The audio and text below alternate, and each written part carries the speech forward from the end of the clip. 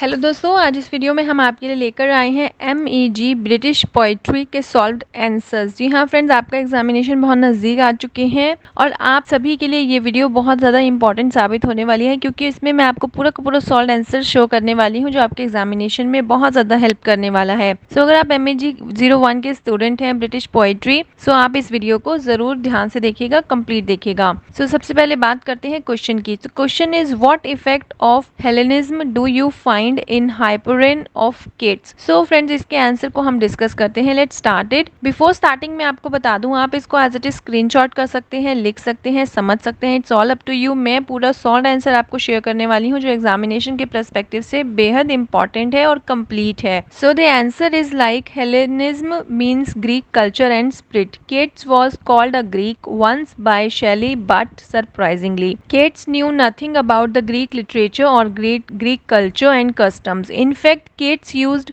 Lampreter classical dictionary and translated Greek literature, and that certainly gave him Greek temper. Keats believed Apollo to be personal symbol of perfect poetry. It seems appropriate that he should be the hero of this epic. Some reasons why Keats used Greek myth are given below. Point A. He praised Wordsworth's excursion, in which he praised pagan mythology. We have already seen that Keats thought Wordsworth was a better model for him than Milton. One reason why Paradise Lost could not be a model for Keats' long poem was the Milton's was a staunch Christian. Keats, however, was an atheist like many radical of the time. The excursion probably helped him to decide that a non-Christian pagan mythology was acceptable in the mythological epic of modern age. So friends, इसको हम points में लिखेंगे। अब बात करते हैं point number 2 की, जिसको आप बी पॉइंट मेंशन कर सकते हैं। A stolen statuary of Lord Elgin from Greece was deposited in the British Museum where it lay about poetically but opens to the public. Keats was among those who saw the elegant marbles. His descriptions of the fallen titans as motionless and disordered is said to be an accurate description of how the elegant marble seems the moment. Point number 3. He did not get an aristocratic education which would have acquainted him with Greek and Latin literature or the classics. Some critics feel that Keats tried to compensate for the lack of aristocratic education by showing his familiarity with the books in the general and Greek mythology in the particularly in his poetry.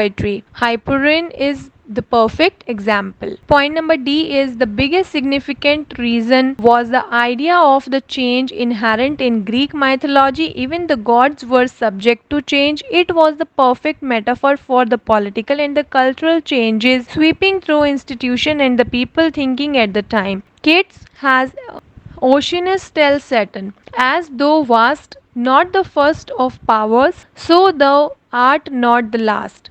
Thou art not the beginning nor the end. Keats Hellenism, but though Keats see the Greek word from afar, he sees it truly. The Greek touch is not his but in his own rich and decorated English ideas. For the story of the war titans and the Olympians, he had nothing to guide him except the information that he got from the classical dictionaries, but as the essential meaning of that warfare and its result. It could not possibly be understood more truly and illustrated with the more beauty and the force than by Keats in the speech of the Oceanus in the second book. In the dethronement of an older and the ruder worship by one more advanced and human, in which idea of ethics and the art held a larger place beside idea of the nature and her brute powers, this idea has fully been brought out in conceiving and animating the colossal shapes of early gods. Keats shows a masterly instinct. This is clear from his choice in comparison drawn from the vast inarticulate sounds of nature by which he seeks to make us realize their voices. So a critic sums up Hellenism in Keats' poetry thus. In fact, the world of the Greek paganism lives again in the poetry of Keats with all its sensuousness and joy of life and with all the wonder and mysticism of natural world. This is the typical attitude attitude of the Greeks to the nature,